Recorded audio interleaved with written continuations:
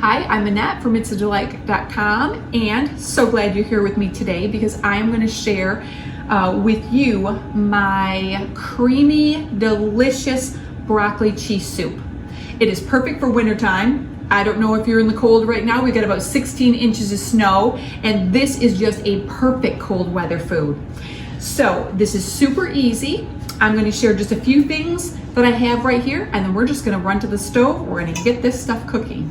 So what I have got today is I have what's called my soup veggie bags, and they are basically vegetables that are perfect for soup, that are frozen and ready to just throw in. That makes this soup so easy. All I have to do then is add my broccoli and a few other things that I already have on hand. So if you have not seen, so what I have here is my carrots and celery.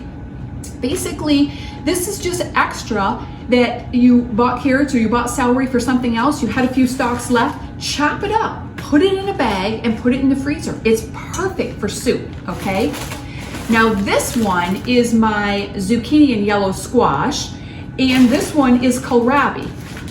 Kohlrabi, if you don't know what that is, you can look that up. It's basically a vegetable that is a lot like a potato. I have a video for each one of these, how I freeze them. I'll link that video below so you can check that out. But when you start to save what I call soup bags, it just really makes this go quickly, okay? And the kohlrabi I'm using because I want to switch out the potatoes. You could put potatoes in here if you wanted to. You could also use broccoli with cauliflower instead. We are all trying to eat less carbs, do keto. Lots of people follow THM. If you don't know what that is, that's Trim Healthy Mama. This is gonna all fit in that category, okay? Matter of fact, I would love it if somebody would chime in and let me know, yes, you're right on with THM. There's no thickener in this one as far as starch goes that we can't have. We don't have any meat in this one, but we do have some cheese. So I'm going to show you how I thicken this. I'm going to show you how to use all these great veggies in here. Family's going to love it. So we're just going to dive right in. First thing I start out with is I start out with broth. I have chicken broth. I'm going to put 4 cups of chicken broth in. I'm going to get this chicken broth hot and boiling. And then we're going to add our vegetables. And I'm going to tell you, if you haven't watched any of my other soup videos, I have a couple more soup videos also. One is Tucson Zuppa Toscano soup. It is a creamy, delicious Italian sausage and kale. And that one also is going to fit in that same THM and keto style recipe because it doesn't have any of your starch thickeners and no potatoes in it. I also have a very hearty vegetable beef soup with a really rich broth. So this is another one, all broth. That's my whole point of when I'm making soup, I never use water, I use broth. I'm always going to have lots of onions and lots of garlic in all of my soups, and I want to say one more thing to you about that, and that is if you want to cut any place else with less veggies, or you didn't want to use kohlrabi, feel free, you can alter it anyway, but don't cut out the onion and the garlic. The onion and the garlic is what cooks down to almost nothing, and it's going to make that soup and that broth so rich, so tasty, so delicious, and it is so nourishing and good for us, especially right now when we all want to stay healthy during the cold season. So don't cut back on that onion and garlic.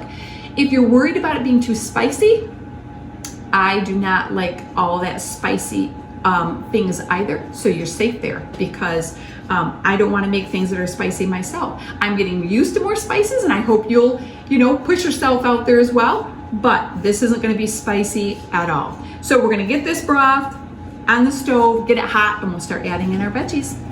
Okay, my broth is nice and boiling, and the first thing I want to put into my broth is my onions. And I will put my onions, let me grab a spoon here a minute, in here, and I'm going to just keep right on adding the rest of my vegetables, okay? If you wanted your onions to cook down because you really want to be sure that your family's not going to taste them or tell they're there, let them cook for a few minutes. We're okay with it, so I'm just going to keep right on adding in.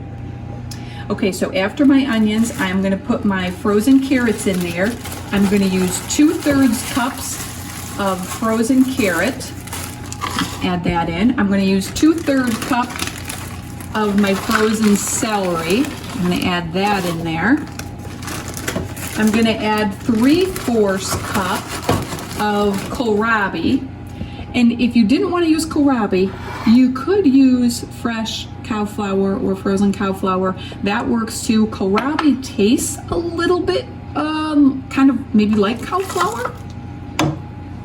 And then I'm going to do 2/3 cup of my zucchini and yellow squash that's been diced up, frozen, and we're just going to let this all simmer. I'm also actually going to add in my fresh broccoli, which I have 2 cups of, and I'm just going to simmer all of this, okay, and just let my broccoli and everything get tender. And I have done just broccoli and cow flour often also. That is a really good combination. And I'm going to tell you one other thing about this while it's just going to bring back up to a boil is my goal when I make this soup is to have about 5 cups of vegetables and no more than 5 cups for the base and the amount of broth that I have. And one other thing that I'll share is if you have blue kale or you love blue kale is so good for us, so I use blue kale a lot. You could put a couple leaves or even 1 leaf in here, and when I add blue kale, again, I would add that right now, and I'm just gonna do it with scissors, just like so. Just snip it up. If the stem is getting kind of tough towards the bottom, you can avoid that stem a little bit if you want to. You don't have to. Sometimes I put it right in there and it's fine. Okay, so like I said, we're just gonna stir this all up. And then what I'm going to do with this is I'm going to put a lid on because I don't want to lose any of my good broth. Bring it back up and just let it simmer for about 8 to 10 minutes, and then I'll test that broccoli to see if it's ready to then add my seasonings and my creamy cheese and thickening. Okay, this is looking super good. My broccoli is getting nice and tender. This is virtually just about done. So now I'm going to add some seasonings, and I'm going to start by adding a teaspoon of my chicken bouillon paste, because this was a store-bought broth and I feel like it's going to need that little extra bit of boost and flavor. But next we're going to just season this up with some salt, and we're going to add some kelp. And if you have watched or heard about my Shake on the Goodness course, I teach you about a lot of these herbs right here. This is turmeric and my chicken herb. This is my own blend, and basically this is one that's modeled. You'll find chicken herb blends at the store, and I modeled mine after that. I just didn't want any junk or anti-caking ingredients, so watch and maybe I'll get that on soon. This is garlic powder. And actually this is garlic granules, not garlic salt, but garlic granules. Next I'm going to add in a little bit of ginger. You're not going to taste it, but ginger is really good for the gut, really good for digestion, very healthy. I usually shoot for 4 to 5 shakes of each one, sometimes a little bit more. I wasn't counting here because I was talking at the same time. And then always a little bit of black pepper. Whether it's fresh grated or whether it's just black pepper right out of the shaker, black pepper has a lot of super good health benefits. It's really great when you mix black pepper with turmeric. So again, check out my Shake on the Goodness course. I'll leave a link below. You can learn about all these seasonings, why they're so healthy, which soups and things to put them in, and you'll love that. So now that we have this all deliciously seasoned up, before we put our cheese in, let me make a note of that. I have gelatin here. And gelatin you can add about a teaspoon, no more than a teaspoon, okay?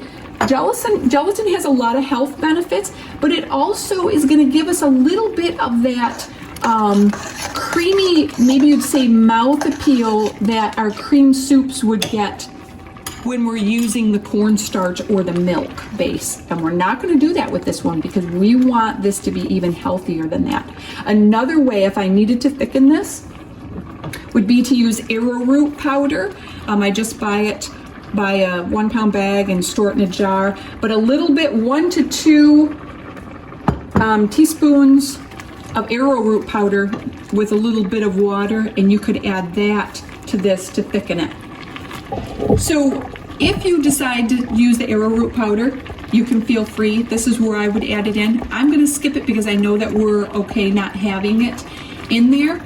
And you can still even add the arrowroot powder with a little bit of water at the very end. If it's still not thick enough and creamy enough to what your family is used to in a cheese soup, you can add it then. So now I'm gonna add my cheese and my thickening. Last, we add in our thickening, and what I'm using for my thickening right here is about a 2-inch slice of cream cheese, organic cream cheese, and 1 cup of organic cream. Look at that just cream up. And that turmeric made it have that kind of golden yellowy color, which I love to have because the cheese I'm using today is part cheddar, 1 cup of cheddar and 1 cup of Gouda. Gouda cheese makes a very delicious cheese soup because it's very melty. It's usually light and white. See if I can get you to see that. But it's very melty and not stringy, and it doesn't separate when you've boiled it. It's a wonderful cheese to use in this type of setting. So when I have Gouda, I love to use it. Otherwise, I just use all cheddar, and it tastes just great. So now we're just gonna really keep gently stirring this because I do not want that cheese to sit on the bottom and scorch. So I'm not gonna walk away from it at this time. I'm not gonna turn my burner down either. I've still got it on high, just letting it cook. Everything is looking cooked in really well. Another thing I'll tell you about this soup real quick is it makes fabulous leftovers for the next day. You can double this soup recipe so you would have double size the pot also very easily with no problems. So I would just let this simmer for a minute, and then I would test it. If I felt like it was a little bit too thin, like I say, you can just add that arrowroot powder with a little bit of water in here, and just like you would do your cornstarch and water, do the exact same thing but with arrowroot. So I'm gonna let this simmer, and I'm gonna serve it up in a bowl with some garlic bread. Show you how that is. Okay, so now here we have our delicious, hot, creamy broccoli cheese soup. Your family is just gonna love this. This is basically just a 1-pot meal and all done. Like I say, even at this point, if you still wanted to thicken it, you could still thicken it with a little bit of arrowroot powder and water, okay? And if you want to check out how to use lots of great seasonings every day by bumping up your health and nutrition, just shaking on the goodness, check out my course, Shake on the Goodness, down below.